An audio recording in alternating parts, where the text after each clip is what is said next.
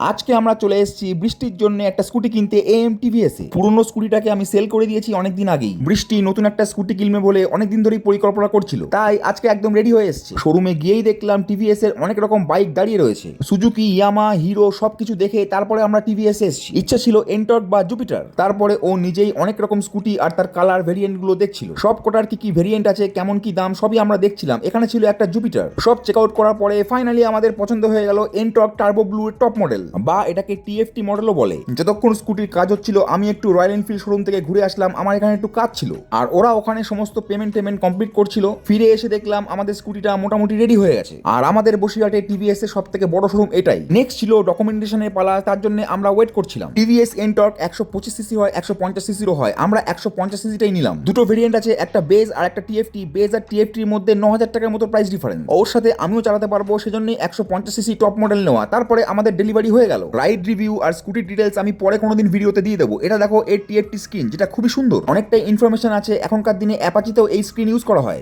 আর এবার নতুন অতিথিকে নিয়ে বাড়ি ফেরার পালা। এই যে দেখো ম্যাডাম চালিয়ে নিয়ে যাচ্ছে। এখনকার পর্যন্ত সবাইকে টাটা, দেখা হবে নতুন কোনোদিন।